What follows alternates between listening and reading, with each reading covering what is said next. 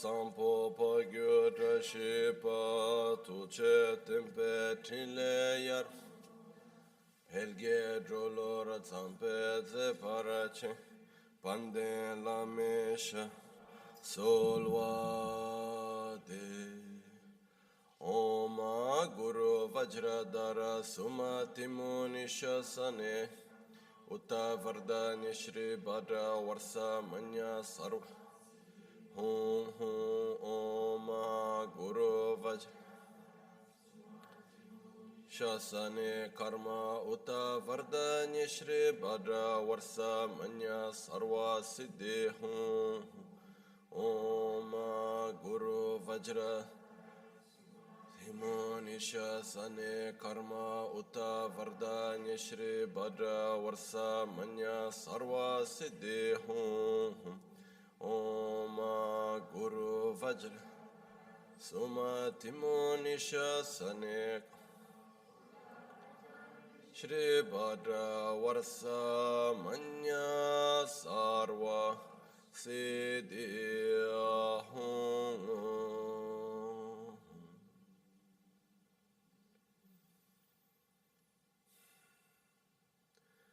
Pakyuke kudan dagi alu, pakyuke sundan dagi ala, pakyuke tudan dagi yin, tün yerme çıktı çingi alu, makyuke kudan dagi alu, makyuke sundan dagi ala, makyuke tudan dagi, tün yerme çıktı çingi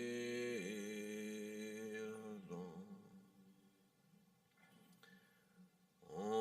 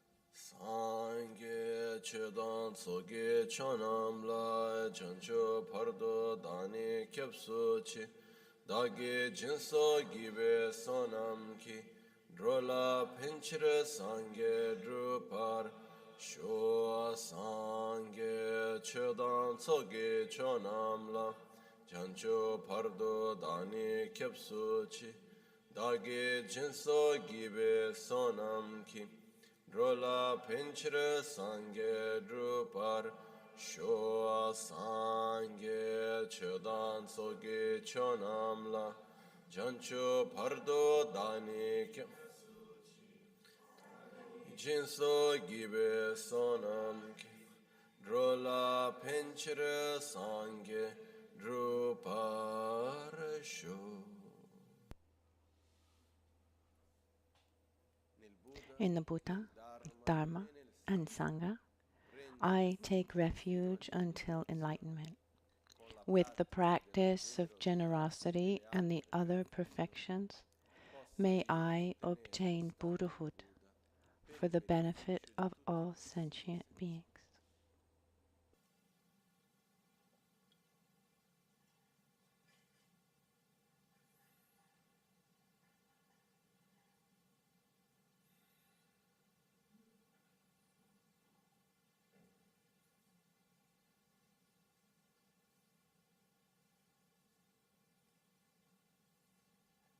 Buongiorno. Good morning.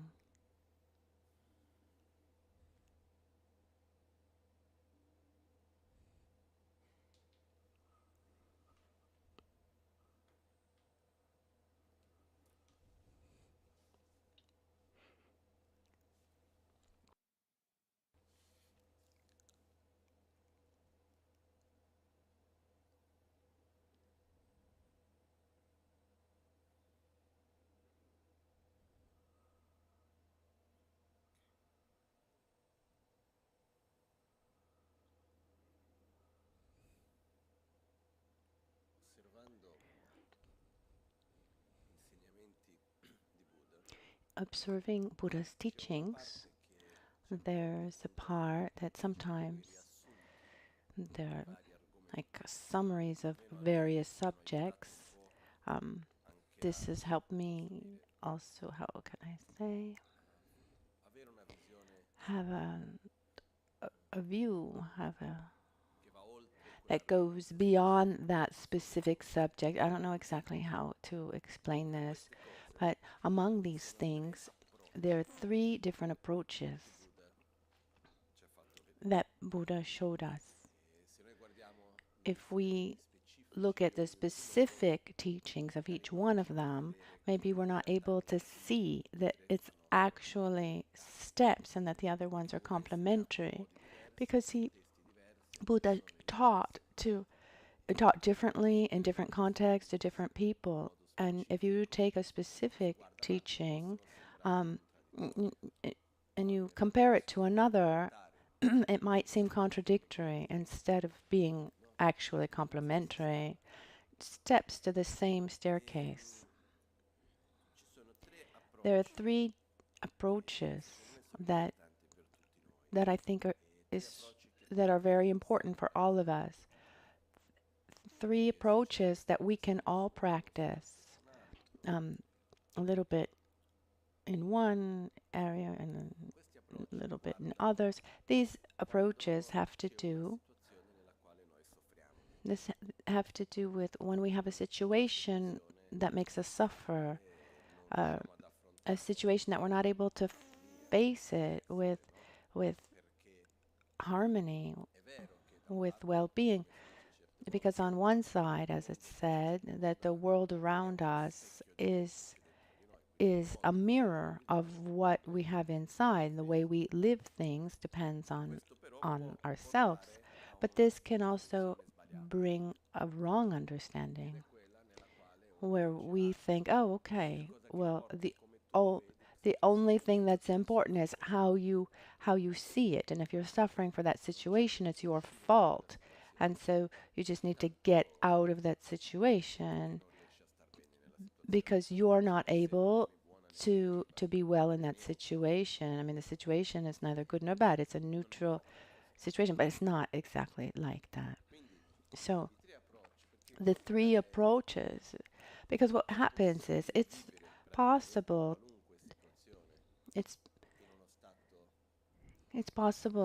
to live any situation in a state of balance without getting into any kind of emotional upheaval. I mean, this is possible. I remember Lama Ganchen would say it's important to know how to distinguish suffering from pain. But that's not for everyone. He gave teachings on this once in Brazil. Had to go to the dentist to have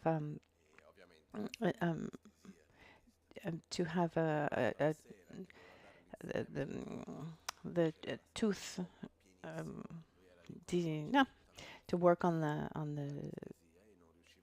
tooth. He needed to give they needed to give him anesthesia, and then he had to give teachings that day, and the next day he had to go back, and he said, okay, let's continue with the treatment, but without any kind of anesthesia.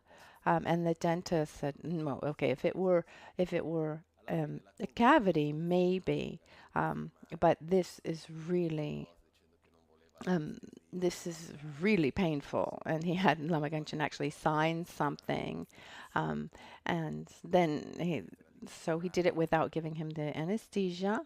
And he said, if anything, any problem at all, just raise your hand. And at a certain point, Rinpoche raised his hand. He stopped right away, and he said, no, there's a little bit too much light in my eyes.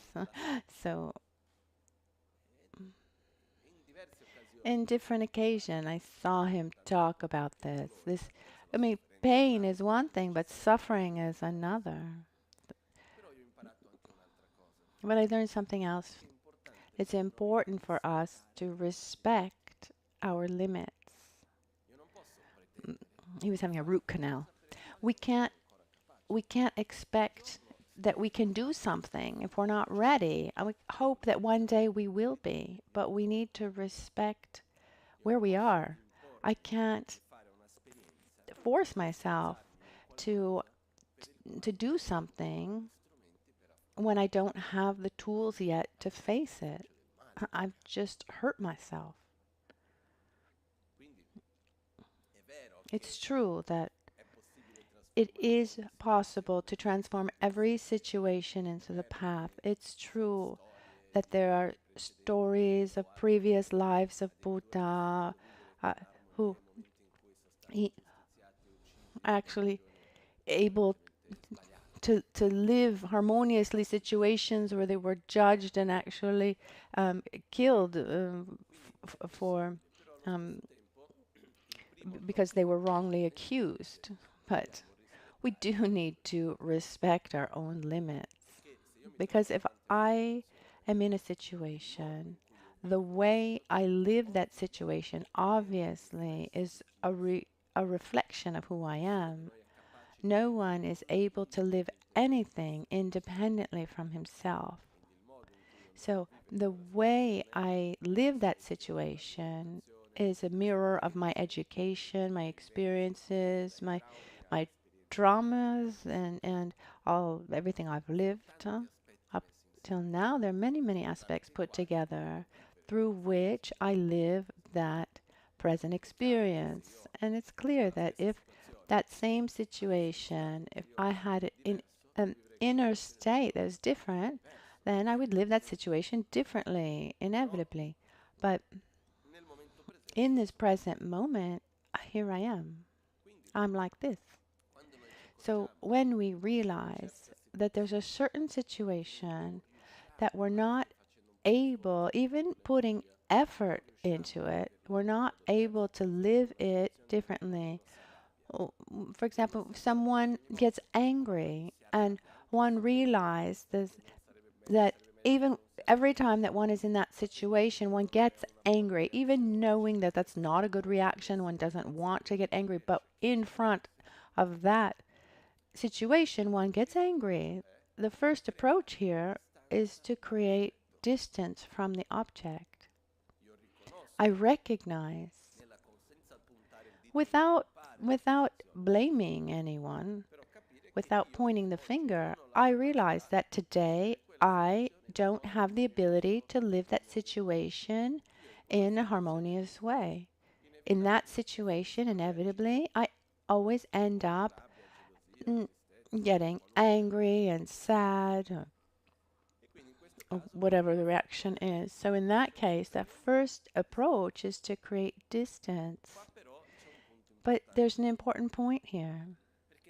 Because if I create distance from the situation without the awareness that creating distance is something momentary,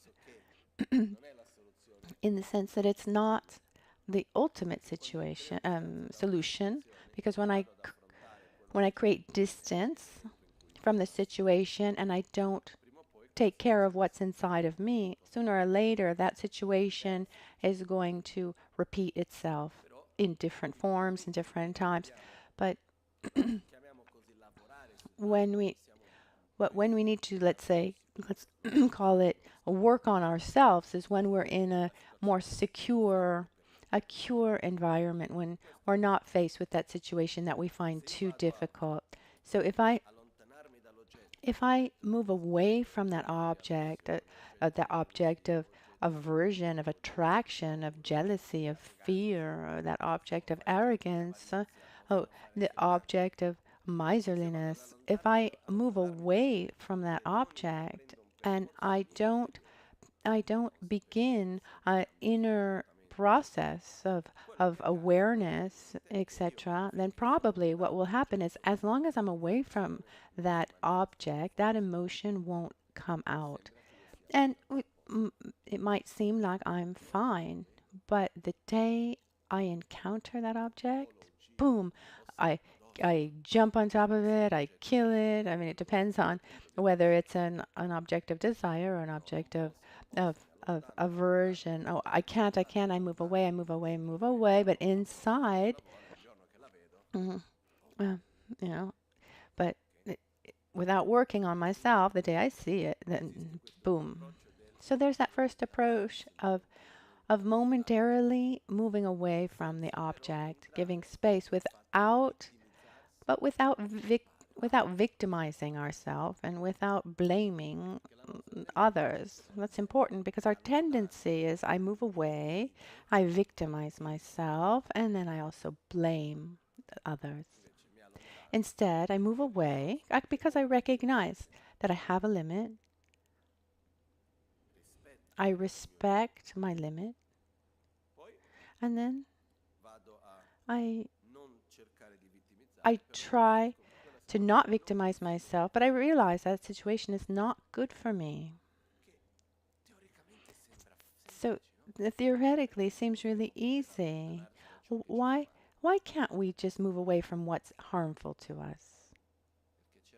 Because sometimes what is harmful to us momentarily is something that we are attracted to, that we like. There are aspects to which we are attached. For example, something that can seem strange, for example, how can I say? So unhealthy, of course, but crazy is not the right word either. But this attachment to the state of sickness. Because in some contexts, sometimes there's a positive side effect of being sick. What is it? What do we want more than anything? We want to be loved. We want to have attention, get attention. And sometimes one can't find another way to get attention if not being sick. When one is sick, one gets attention. And so, okay, I found my way. This reminds me when I was a boy. It happened a couple times. I remember 2 or 3 times. Two times very clearly. The third time, I don't know if it's just a false memory. At school, I was maybe 6 years old, maximum 7 years old. And I remember that I was bored at school at a certain point, and I wanted to go home. And so what I did is I would put myself like this on the desk, and I would force the tears. And then the teacher would come. What's wrong? What's wrong? I say, oh, I have a headache. What do you want? No, nothing. No, no, I just have a bad headache. Uh, all programmed in my mind. Do you want do you do you do you want your mom to come and pick you up? No, no, no, I don't need. No, no, you should go home. You should come. Oh, okay, okay. And then she would come. my my father was at school my father was working at the time, but once my father was home and I wanted to go home and watch TV, and he said, "Oh, you have a headache? Go to bed." And what I remember, it was a lesson. It was an important lesson because in those two times, in the end, I really did have a headache. I saw that that headache actually came, and then I really did have a headache. But what happens in that situation where I was bored and I just wanted to watch TV? That's the essence of the situation. But I pretended to have a headache, and then in the end, I gave myself a headache. So sometimes people start to victimize themselves and feel bad. It's because it's a way to get affection and attention. And when one does this, after a while, we do strange games with ourselves, and one really does get sick. And sometimes with sicknesses, even if one is not aware that they wanted to get sick, but there there's this kind of attachment to sickness or a state of malaise because it gives us a, a kind of right to have certain attention, to be a certain way in a certain situation. So not just with sicknesses, but there's some unhealthy situations in our life where we develop a kind of attachment.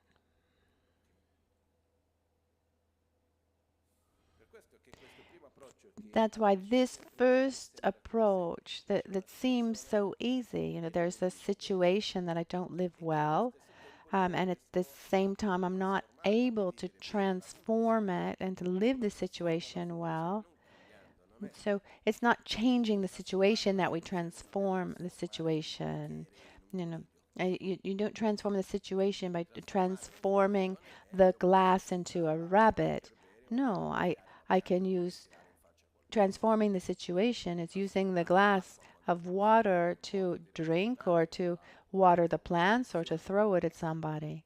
It's how I interact with the glass of water. So when we talk about transforming situations, the way we relate with the situation, it is possible to transform it, but sometimes we're just not ready. We don't have the tools to do that. And in these cases, we need to create some distance. The difficulty is when we're not able to move away from the situation that we don't live well because there is some kind of attachment.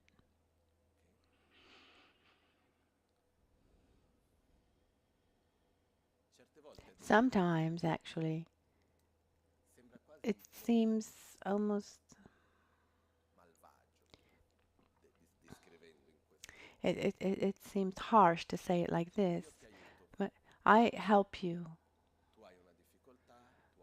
You have a problem. You have some trouble, and I put a lot of effort into helping you. Maybe it's a physical problem, an economic problem, a mental problem, a problem with a relationship, but I help you. But from my side, helping you, I have meaning in my life. I nourish my own being, also my own ego, being there helping you to do something. And so in reality, I don't really want you to get better. This on some part, yes, but and the day that you don't depend on me, you know, the day you don't depend anymore on me, I won't know what to do. I don't know if that's clear. We need to be really careful. These are very, very subtle things. This is not these are not things that come, on a gross course level. It's very subtle. So if we're helping someone, there can also be this kind of attachment to the suffering of the other. The also there's this attitude of complaining, also to be sick, to to receive attention, to justify certain behavior. This happens too, and an important point here is is really just to allow ourselves to be happy and to say, I'm fine. Yes, my shoulder hurts, but I'm fine. Yes, there's that thing there, but I'm fine. Because let's remember, we perceive reality through this filter of ours. And very often, the things that we see, the way we live the various things are based on this value that we give it to it, based on um, some kind of reference, some kind of comparison. It's a lot or it's a little. I mean, what determines whether we have is a lot or a little? Is it an intrinsic characteristic? No, the value attributed to it based on a comparison. The difference is when we see it as a lot, we feel satisfied. When we see it as too little, we feel dissatisfied. There's a sense of injustice. I don't have enough. And here we can give thousands of examples. So at a certain point, it's about saying, I allow myself to be okay. How beautiful. How are you? Everything's fine. Okay. Problems are there and there will always be problems. I remember if we look at the life of Lama Ganchen, for example, he didn't have an easy life. It's not that he didn't have his problems, and many of his problems, the problems that he had, difficulties he had, that he had to face. I remember once talking to Rinpoche, and Rinpoche said, if you had my problem, you would be dead. You would have died a long time before. They weren't easy problems, and it's not the case to get into the details. But seeing, also things that seemed very unfair. But Rinpoche was there, and joyous, always joyous, always saying how lucky he was, how lucky we are. Live life with joy. It's possible. It depends on the value that we give to things. And there's a behavior in all this that I think is fundamental for all of us. Yes, okay, to move away from what we're not able to live well, harmoniously, but at the same time, we need to rejoice. We need to thank, see the beauty of what is around us, because remember that complaining is a habit. It's a way of photographing reality.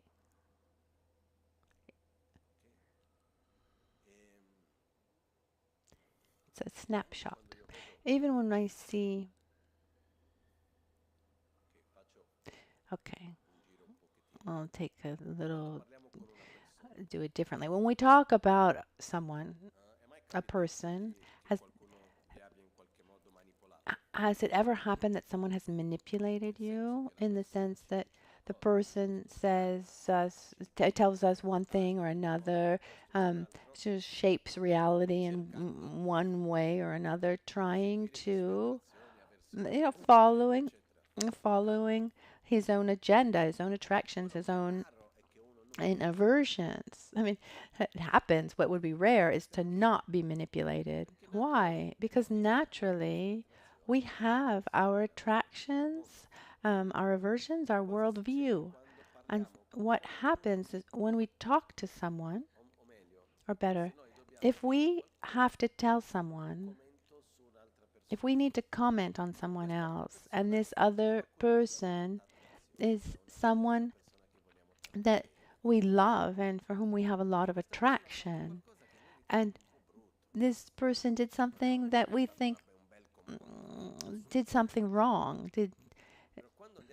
But when we talk about that specific behavior to another person, given that we're talking about someone that we love, what do we do? Do we say it in a neutral way? Do we try to diminish the negative aspects of it? Do we try to hide those negative aspects, or do we highlight them? No, we diminish them. Oh, yeah, it's true that he did this, but do you see the situation this person is in? Poor guy. I know he did that, but if you only understood. So instead, if it's someone for whom we have a strong aversion, someone we just don't like, and maybe that person did something positive and we need to comment that to someone else. We say, okay, it's true that person did that, but who knows what's behind it all? You can't trust. Remember that other time, that last time, what happened? You look here and look in there. So naturally, we try to manipulate the other in the in the direction of our own attraction or aversion. And if I want someone to do something, one of the best techniques to manipulate someone is to find a common enemy. To put the other person in a state of alert, of anxiety, of fear, because the because the more fearful we are, the less we the the less we reason, the less we think more about it. If we look back in the history, when the great powers above wanted to manipulate, what they would do would be to create an enemy. Just read 1984 by George Orwell. I mean, it's described perfectly. And what I mean to say is, I have this feeling, maybe I'm wrong, I have this feeling that more and more we read less, more and more we read less in the sense that we read in a greater quantity, but we don't give ourselves the time to understand, to digest, to understand, to reflect. We don't deepen that knowledge. It's not ours. It's there. And at the same time, we're bombarded by negative information and constant constant negative information that takes us to a state of fear and a high alert, anxiety. And we don't often have our own tools to know how to face all of that. So I don't want to take away the seriousness of situations that are present. There are some very serious, grave problems. But when we think that we are constantly bombarded by information that create a greater state of anxiety, malaise, and anxiety, we're going past our own limits. So it's important for us to instead to rejoice, to see the beautiful things that are present. Yes, there are difficulties. Absolutely, yes. And we will face them the best way we can. Because when we look at the past history, were there difficulties? There were many, many difficulties. And they managed in one way or another. They got through it. and even us in front of difficulties will manage. And this brings us a point. It's not. It was my first thought today, but then I left it, and it's not what I really wanted to talk about now. But here we'll talk about it. Yes, it was the phrase of Atisha that he said to his disciple Adromtompa. He said, "My child, remember, don't don't be afraid of suffering." And Dromtopa said, "But what do you mean, Master? If I'm not afraid of suffering, then I'll suffer even more." His logic said, if I'm not afraid of suffering, then I won't try to avoid the causes of suffering. I'll, it's a correct logic, thinking if I don't avoid suffering, I'll suffer even more. But instead, Atisha said no, because with with the fear of suffering, one suffers much more. There's a text by Tuja Rinpoche that talks about the importance of making friendship with suffering. I need some time to elaborate this idea, but the point is the more fear we have of suffering, the more we suffer when we're in a difficult situation. Instead, if we're ready to face difficulties, fatigue, whatever it is, the more confidence we have in our abilities, and the less we suffer. I mean, we could divide our suffering into three groups: the suffering that has to do with present, the suffering that has to do with our past, and the suffering that has to do with the future. And by present, I mean we suffering that is something that is actually happening in that moment. So normally, what are the sufferings of the present? Pain, heat, cold. When one feels anxiety, that feeling of anxiety generates anxiety, but usually the mind is directed towards the future.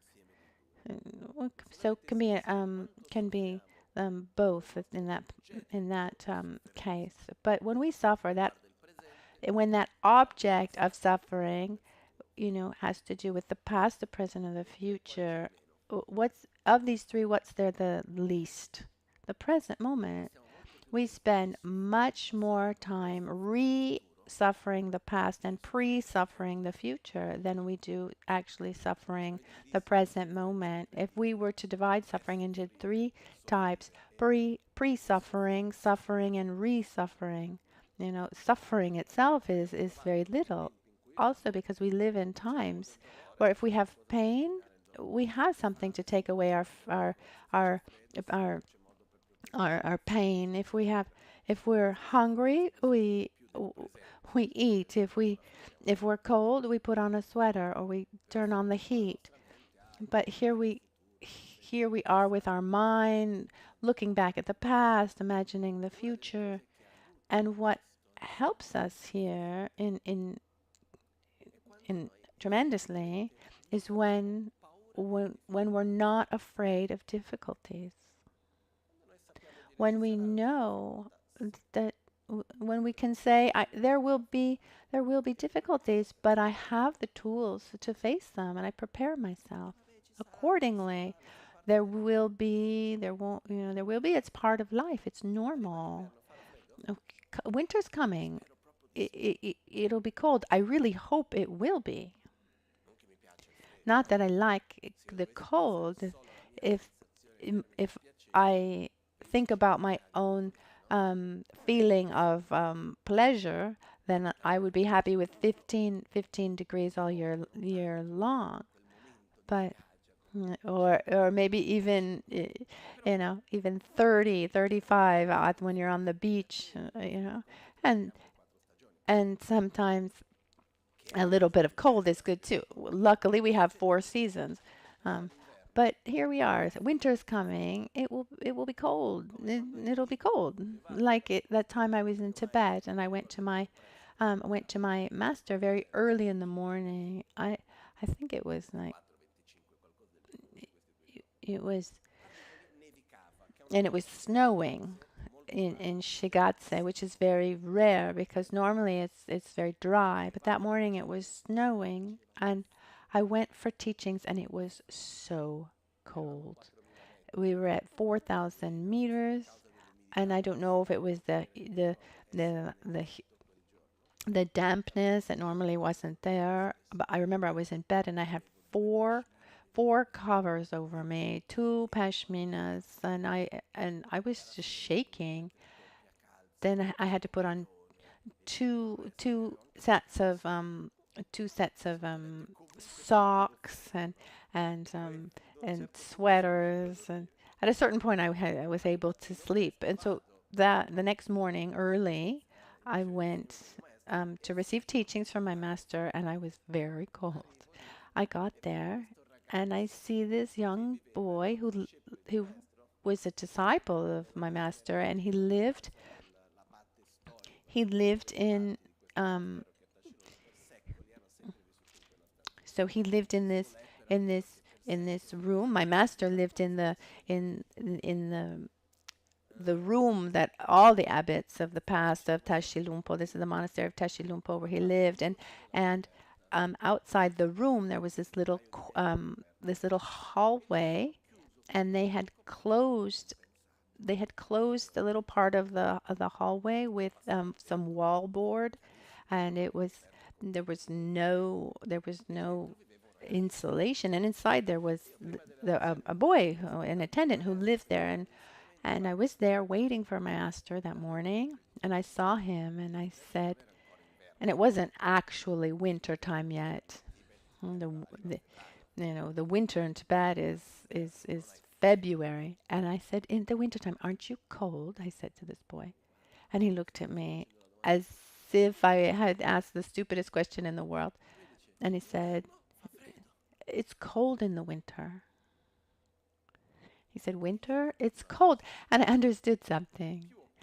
The more fear I have of cold in that situation, the more space it takes up in my mind. In that case, for that boy, it was cold. Yes, it was cold. But it being normal and not having fear of the cold, so he filled up his space with meditation, with his studies, with many other things, but not with the cold. When we fill up our inner space with suffering that's not even there yet, or with what once was and is no longer, we generate it fills up our inner space tremendously. So pre-suffering is stupid. If I'm afraid of the cold that might come, what what can I do? And I can't even heat the house now that it's so expensive. It's going to be so cold, um, and and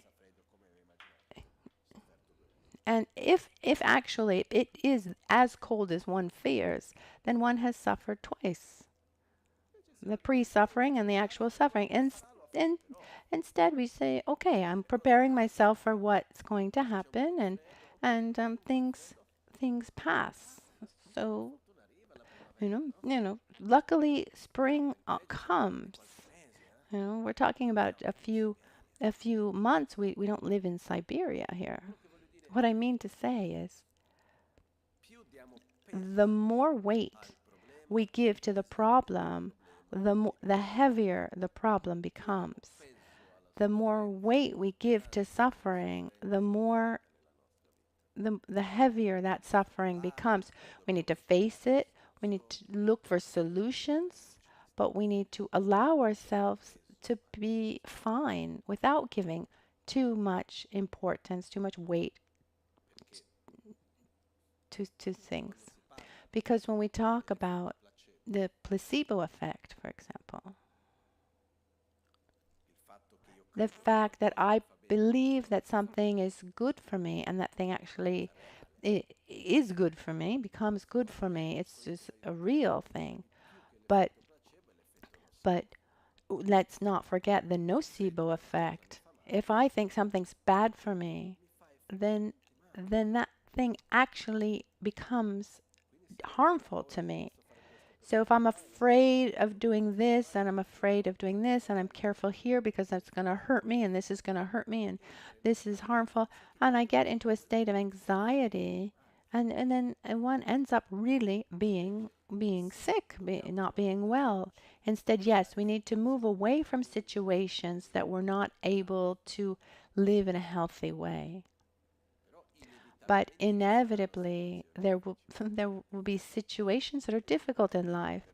And it's important to not be afraid and say, okay, what happens, happens. I'm I have the tools. I have the tools. I have the means to face them. And it's useless to pre-suffer. When the moment comes, the moment comes. That second approach is where I recognize that the situation that I'm living is in reality a reflection of what I have inside, how I live it. And instead of moving away from the situation, I try to change my way of relating with the situation. This is very important, but it requires that the situation is not unsurmountable. I can look at my behavior and redirect my behavior when I'm not overwhelmed by it. Because, for example, once one is already angry, you can't redirect. One needs to wait for the anger to pass and then we can redirect.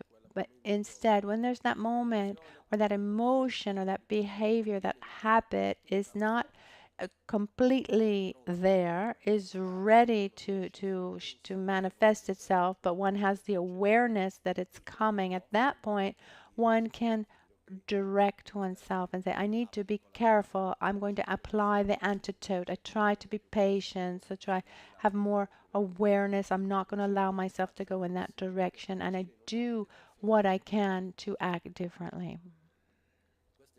This is the second approach. The third approach, instead, it's a marvelous approach, but you can't do you can't you can't do the third if you're not able to apply the second, and you can't do the second if you're not able to do the first. They're like steps of a staircase, and you'll trip if you jump. The third one is we understand that energetic component of that emotion, and we look at the emotion on a deeper level and we redirect it. We don't go against it. We don't go against that energy, but we redirect it. For example, aversion, anger. Anger is a great force of destruction, of opposition. It's this strength that one wants to go against something, destroy something. And what is the object that one wants to destroy? What one recognizes as the cause of our suffering. So in that first approach, I get away from my object of anger. The second one, I recognize the anger inside. I recognize that it's not beneficial, and that object's not an object of anger if I don't give it that power.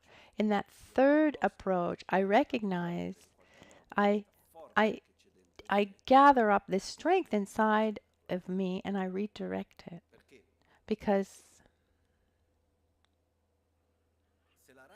if anger is this energy of destruction directed towards what we believe is our object of suffering, and one realizes that one suffers from the from by the cause of one's own ignorance, then this can be, it, if one is able to direct it correctly, it's it's um it's wonderful, because this attraction and aversion are part of our life. They're not necessarily negative. And that's why in the Vajrayana path, there's this aspect of nourishing desire and nourishing anger.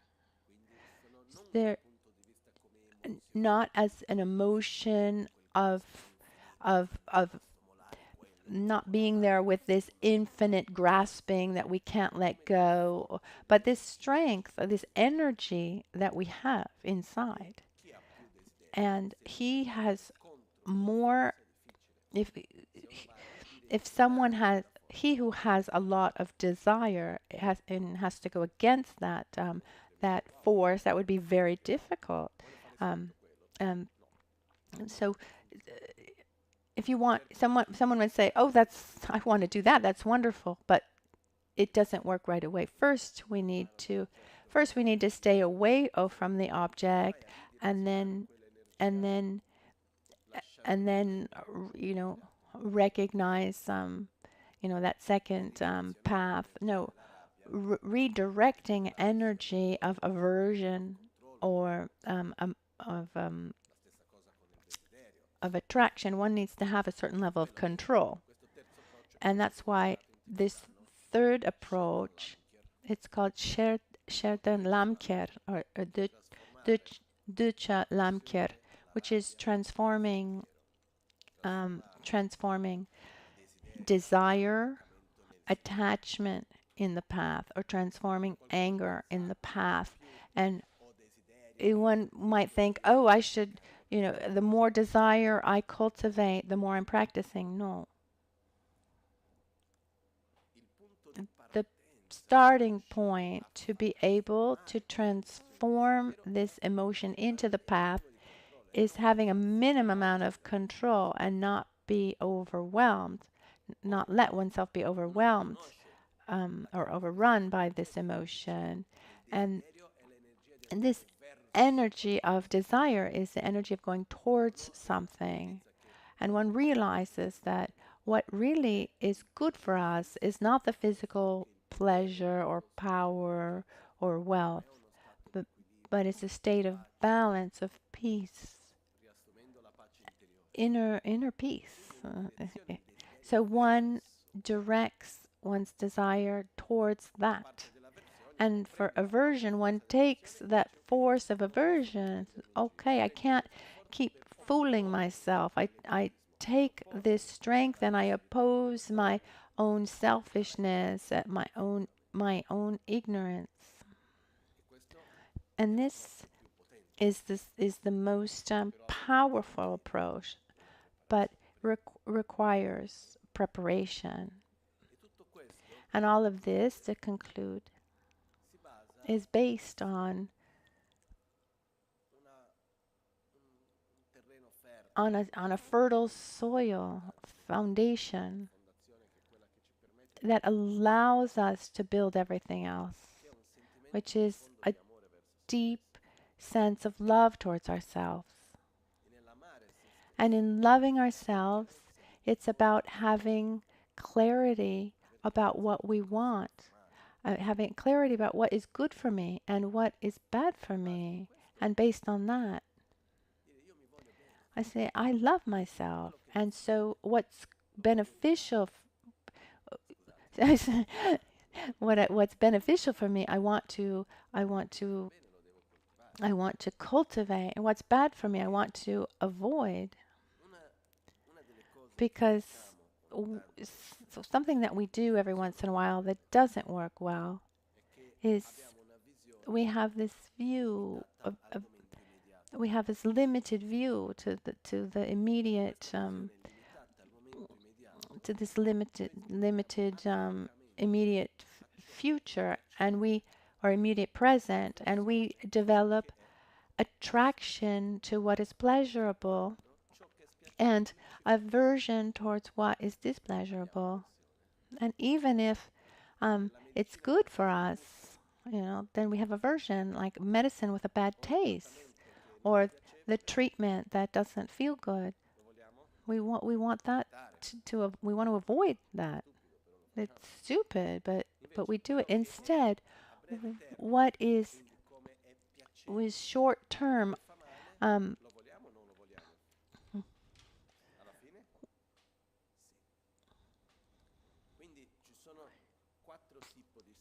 and there are four types of situations, and with this we're going to conclude for today. So things that are pleasurable and that are beneficial, and we don't need to worry about that because naturally we have attraction for this. There are situations that are pleasurable but that are harmful or that are not pleasurable and that hurt, and also and the ones that actually are not pleasurable but are good for us, and we don't need to worry about. Naturally we will try to avoid what is displeasurable, and naturally we're attracted to what is pleasurable. We need to put effort into the two of these. So what's hard is having attraction towards what is not pleasurable but that is good for us, and have aversion to what is pleasurable but that is harmful for us. In other words, avoid what is harmful, independently of whether it's pleasurable or not, and accumulate and what is what is what is beneficial for us, independently of whether it is pleasurable. So love ourselves. So to conclude, without fear. Let's avoid this attachment to pain, this attachment to suffering, the attachment to addictions, attachment to sickness, and allow ourselves to say, "I'm fine." Oh, but there's this, that, and the other, and there will always be, and there have always been problems. Tibetan medicine says the only way to have a perfect health is to not have any ignorance, attachment, or aversion. Once, as long as you have these three mental defilements, there will be suffering and sickness. And then there's also a description that says even when one is able to go beyond the mental defilements, as long as you have a human body, I mean, what's the nature of the body is to degenerate. I eat in a certain way. I mean, they use it in a certain way. The body gets used up. I mean, it's absolutely normal. It's fine. Yes, here, this hurts a little bit. Oh, it means you're alive. Take care of yourself. Try to listen to your body, listen to the messages that your body's giving, but let's just move on joyously um, without without just like going over and over and over again um, the our worries. This is what I wanted to share this morning. I want to remind you that this evening at 6 o'clock we'll have a conference with Dr. Ann Fossi. She will explain the different bodily constitutions to help us understand our body better and to make choices in a more with more awareness. So it's now time for our dedications. Lame kutse rapten chi namkratin le chokchur gepadang losan tempe drume sasomgi drowe munsel takto ne gyurche kewa kunto yanda lamadang jalme cheki pela longche ching sadan lamge yente rabzone dorje change kopa nyortobesho nimo dele tsendele Nime kuyan delekşin, ninsen taktu delek pe kuncho sumki jingelo, Kuncho sumki ngodrubotsol, Kuncho sumki trashisho. At dawn or at dusk, at night or midday, may the three jewels grant us their blessings. May they help us to achieve all realizations and sprinkle the path of our lives with many signs of auspiciousness. Tashidele. Thank you, everyone. Have a very nice day.